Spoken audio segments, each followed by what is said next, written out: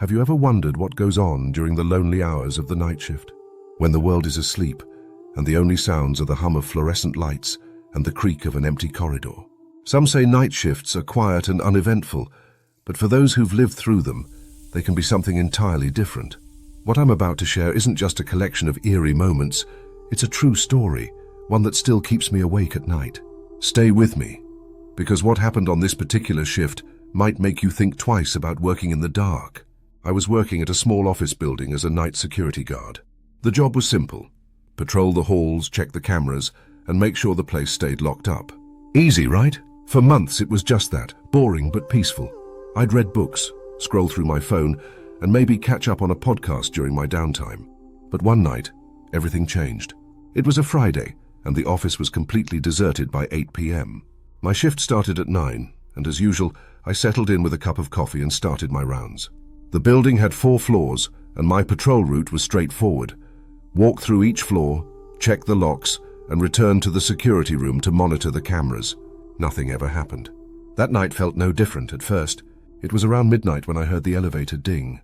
It startled me because no one should have been in the building. Employees were long gone, and I hadn't seen anyone enter since starting my shift. I checked the cameras, but the elevator was empty. Cautiously, I went to investigate. The elevator doors were open when I arrived, but the car was empty, just as the cameras had shown.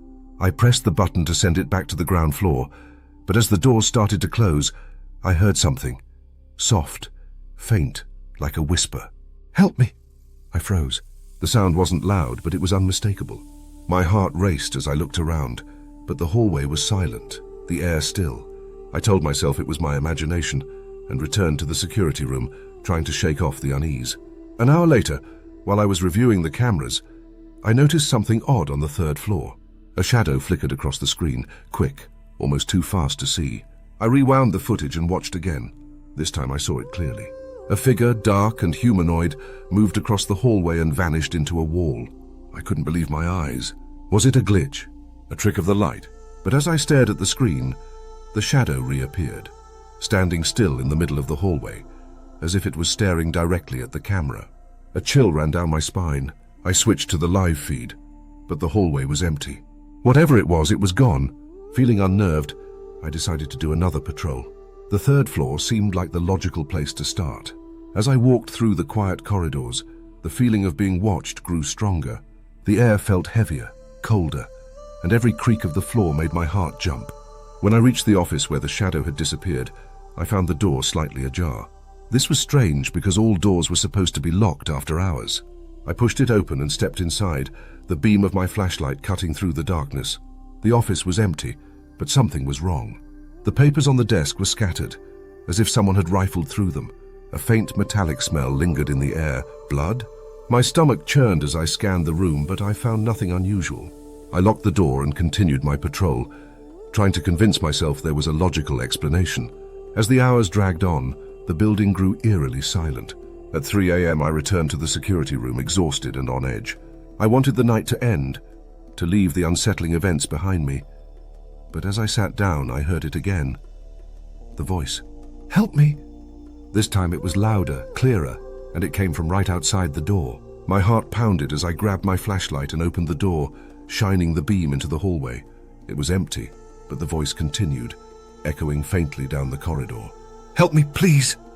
I followed the sound, my legs trembling with every step. It led me back to the elevator. The doors were open and the control panel was glowing, though no buttons had been pressed. The voice seemed to come from inside the elevator, soft and pleading. I stepped in hesitantly, shining my flashlight into every corner. Nothing.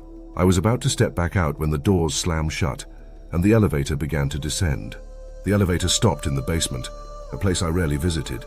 The air was damp and musty, and the faint hum of machinery filled the silence. I stepped out, the beam of my flashlight barely cutting through the darkness.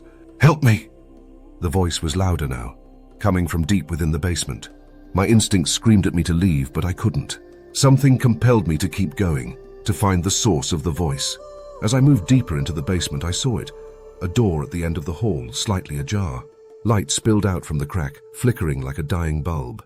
I pushed the door open, and my flashlight illuminated the room. What I saw made my blood run cold. The room of shadows.